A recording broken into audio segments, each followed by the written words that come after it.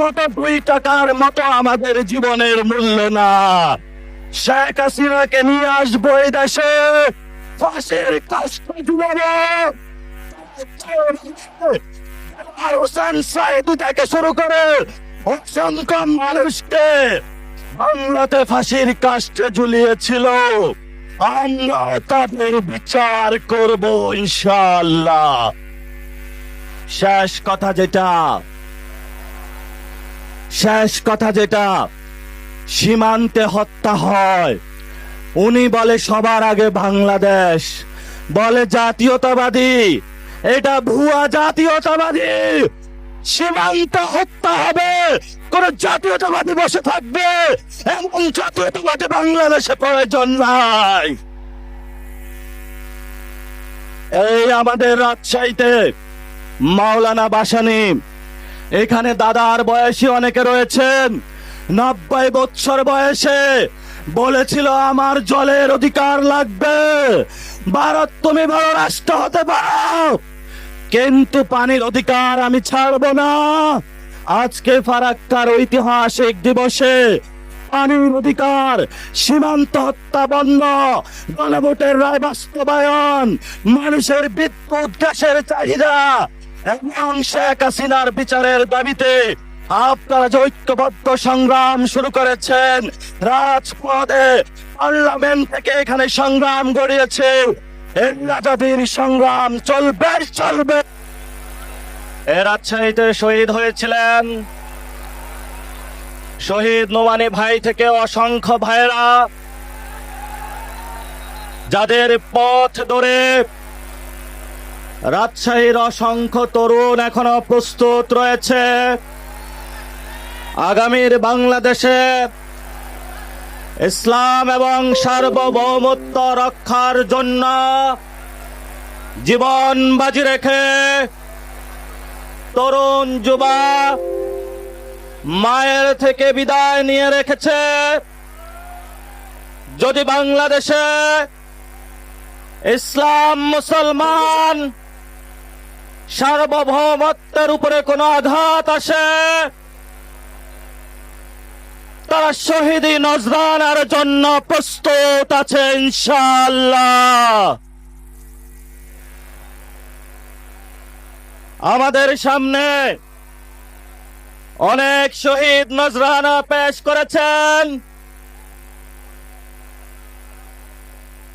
এই তো কয়েকদিন আগে আমাদের সামনে আমাদের প্রিয় ভাই আবু সাঈদ মুগ্ধ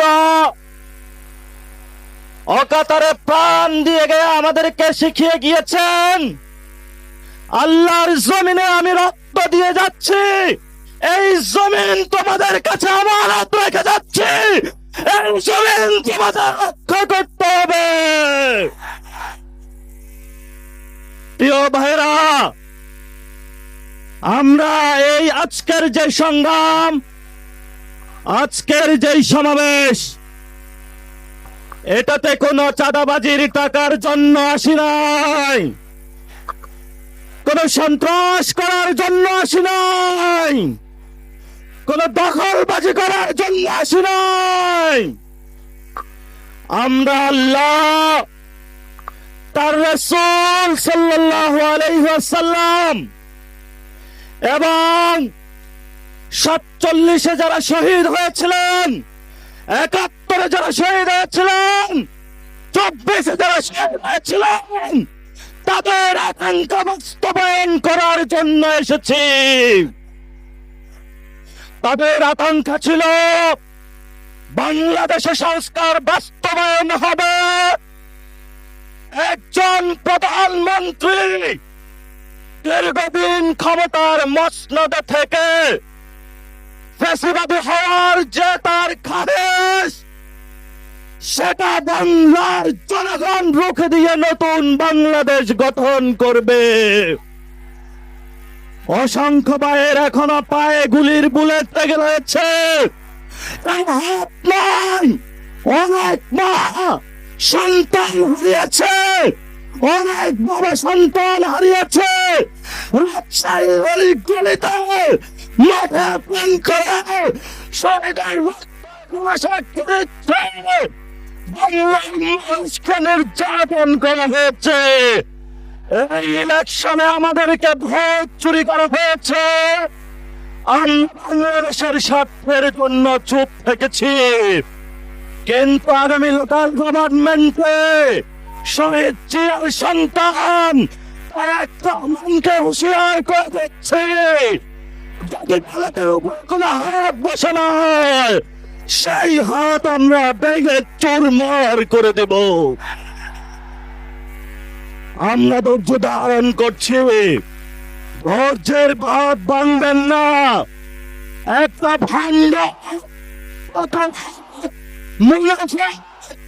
মানুষের কাছে প্রতিশ্রুতি দিয়েছে সংস্কার বাস্তবায়ন করবে, এখন সে মুনাফিকি চরিত্র ধারণ করে জঙ্গলের সাথে গাদ্দারি করছে।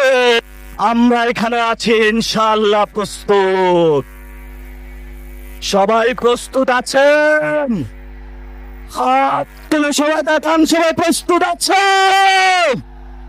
বাংলাদেশের মুসলমান কাউকে ভয় পায়?